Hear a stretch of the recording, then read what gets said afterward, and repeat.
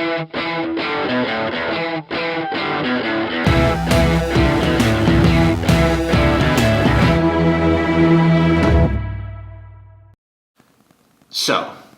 backgrounds. We've talked a little bit about lighting. What about backgrounds? Now, as you can see, my background is pretty normal here, but right in here is the bedroom that I'm staying. What if, as I'm talking to you, you start to see the sheets moving back there in the bed, and what would what was that going through your mind? Oh, his significant other is obviously in the bedroom waking up. What is going on with that? Who is this person's significant other? What do they wear to bed? There's so many questions and thoughts that come into your mind, then suddenly you're just not thinking about anything that I'm saying. There's just no way. It suddenly is like, oh, what's going on back there?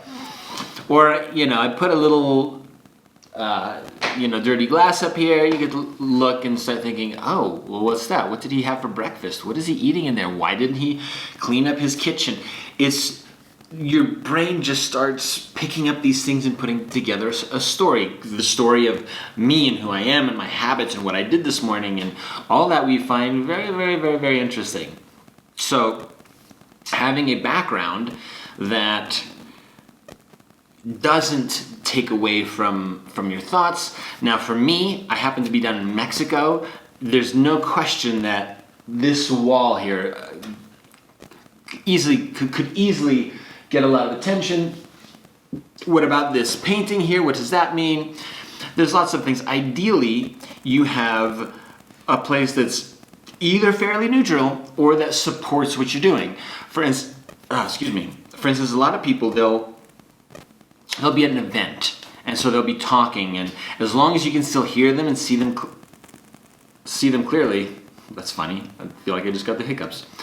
As long as you can hear and see them easily, it works fine, as long as it doesn't detract.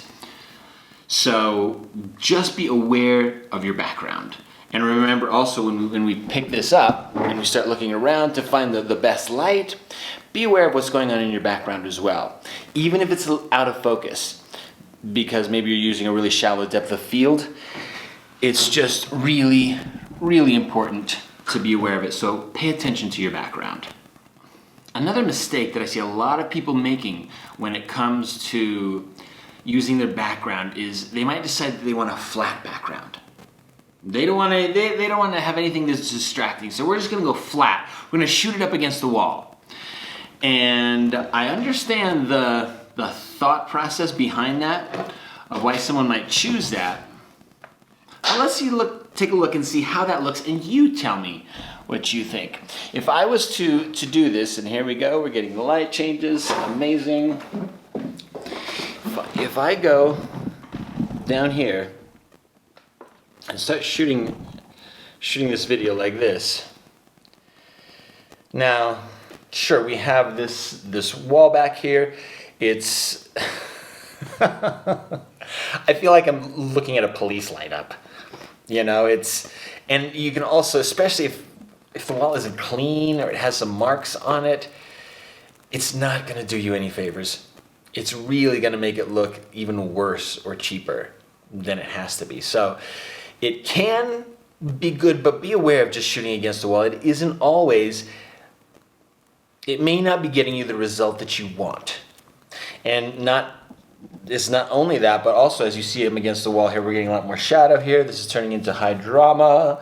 I'm about to have an emotional experience. So pay attention to that as well. Think about your background. What is the background that would complement what you're saying, or at least not distract from it?